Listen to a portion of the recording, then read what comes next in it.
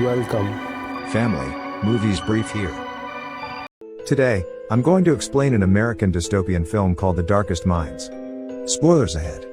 Watch out and take care.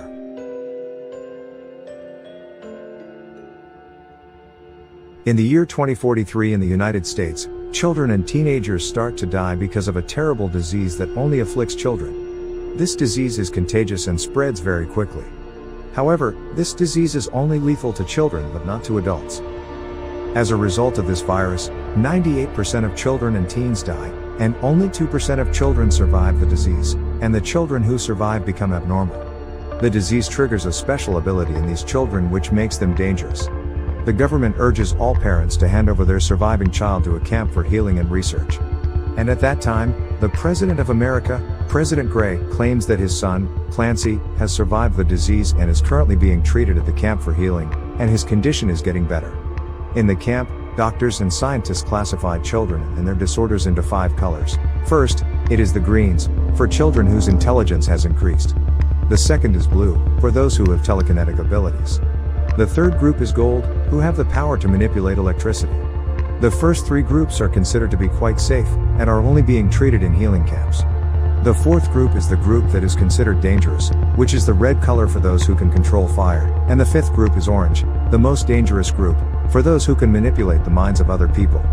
The red and orange groups are very rare, and the government considers them very dangerous and orders them to be killed immediately on sight. The film takes us to a setting where a little girl named Ruby is celebrating her birthday with her parents. They are worried because all the children around are dead, and only Ruby is still alive. At night, Ruby comes to her mother's room to calm her down, but suddenly she has a strange vision when she holds her mother's hand. In the morning, her mother does not recognize Ruby as her child anymore, and her mother calls the government to take Ruby away to the healing camp. Finally, Ruby is taken with the other children to the healing camp. Every child brought to the camp gets examined by the doctor to determine what abnormality they have.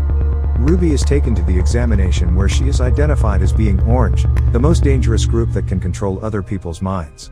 Therefore, the doctor immediately wants to inject Ruby with lethal injection.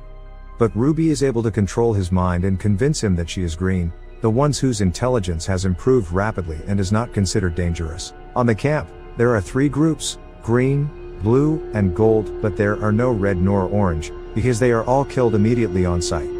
Ruby then lives her life in the camp as a green. 6 years have passed. Ruby, who is working in the camp, is scolded by the camp captain for making a mistake. The captain feels that Ruby is more stupid than the other people there, and grows suspicious.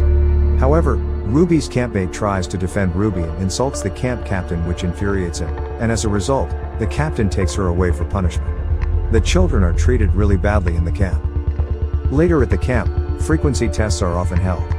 In short, this frequency test is a test that uses a very loud sound whose frequency can only be heard by the children. During this frequency test, Ruby faints, and she is taken to a doctor called Dr. Kate for further examination. From the examination, the officer finds out that Ruby is an orange. Dr. Kate secretly writes a note to Ruby that they have found out Ruby is an orange and will kill her immediately. And Dr. Kate tells Ruby to meet her in the boiler room. In a panic, Ruby then directly goes to the boiler room, and in there, Dr. Kate is waiting for her. By that time, the alarm has been sounded for an intrusion, and all officers are ordered to look for Ruby. With Dr. Kate's help, Ruby manages to leave using Dr. Kate's car. But at the checkpoint, Ruby is almost caught, but Ruby uses her power to control the officer's mind to let them escape. Finally, after 6 years, Ruby manages to get out of the camp. In the car, Kate gives Ruby a panic button that can be activated as a tracker if she is in danger. Kate explains that she is part of the Children's League, whose mission is to save children from the camp and fight the government.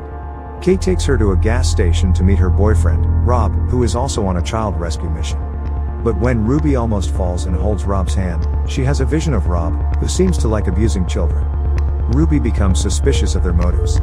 When Ruby changes her clothes at a shop, she suddenly sees a small girl who can manipulate electricity. The girl runs away when she sees Ruby, and Ruby chases after her. The girl then gets into a van, and Ruby follows her to hide from Dr. Kate. The little girl is called Sue, and she is a mute and always wears gloves due to her ability. Sue is accompanied by 2 friends called Liam and Charles.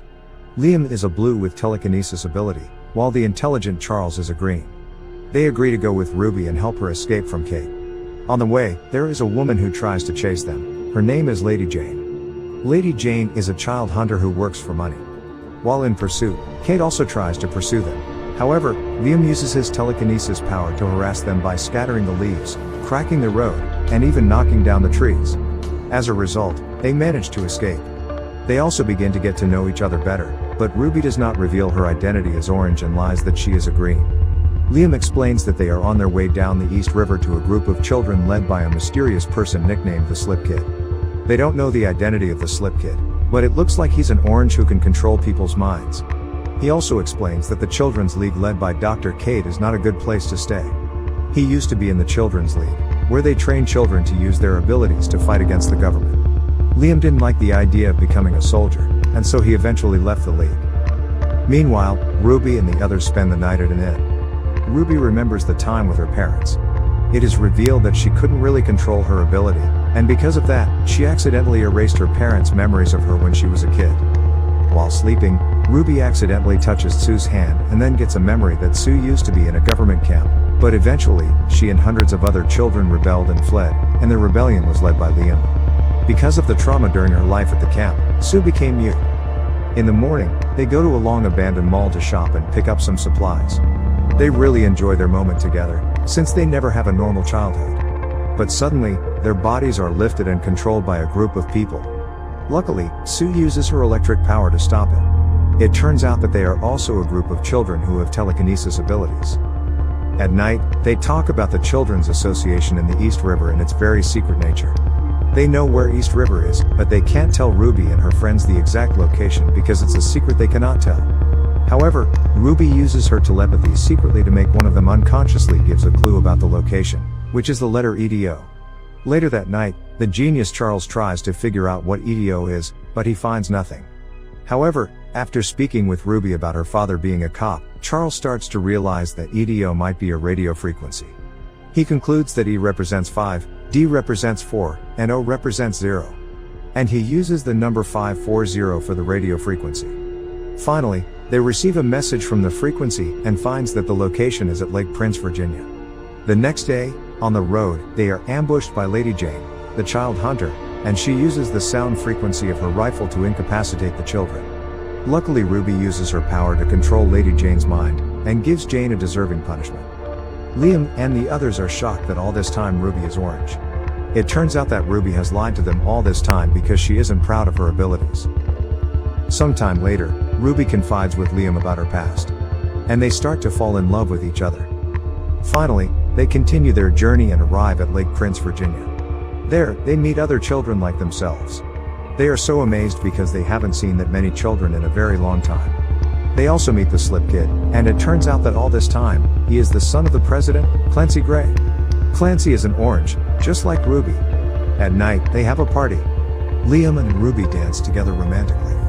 In the morning, they are all given an assignment, and Ruby is assigned to help Clancy.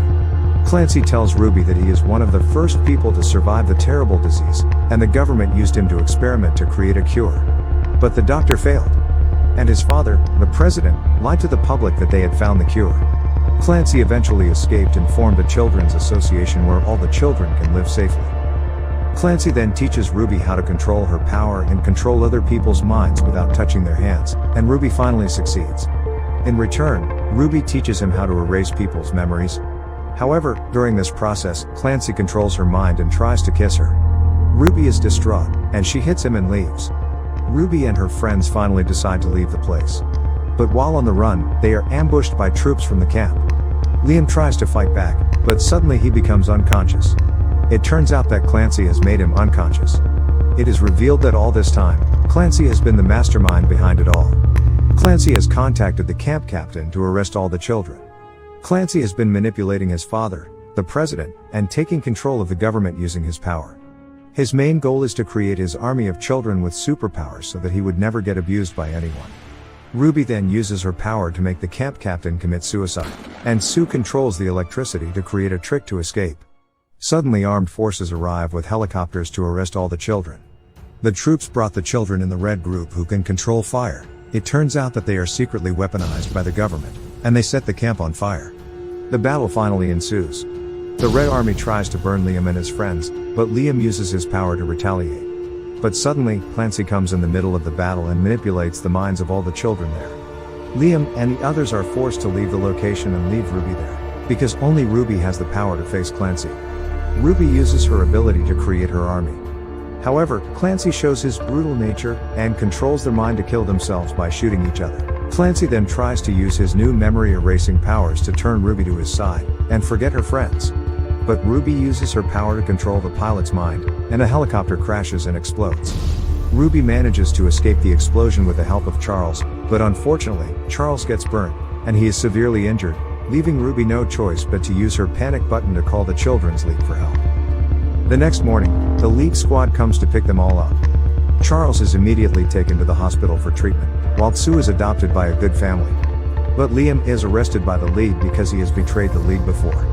The League considers Liam knows too much about the League to be left free. Ruby meets Kate and bargains to release Liam by promising to be a soldier in the League, and fight against the government alongside them. However, Kate is sure that Liam will never leave without Ruby, and he won't let Ruby join the League. Finally, Ruby meets Liam. Liam explains that he wants the two of them to stay together and discuss plans for both of them in the future. But Ruby is forced to erase herself from Liam's memory, so that Liam can be released and so that she can join and fight with the Children's League. All memories of Ruby from their first meeting in the van, chatting together and dancing together, are all gone from his memory. Suddenly Liam doesn't remember anything about Ruby, and Liam leaves. Ruby then cries as she sees Liam leave. At the end of the story, Ruby joins and trains with the Children's League. But there is more. The struggle of Ruby and her friends is far from over, because it turns out that Clancy is still alive. And a fierce battle between the two sides will be inevitable. Subscribe for more videos like this, turn on notifications, and leave a like to help the channel out. Thank you for watching.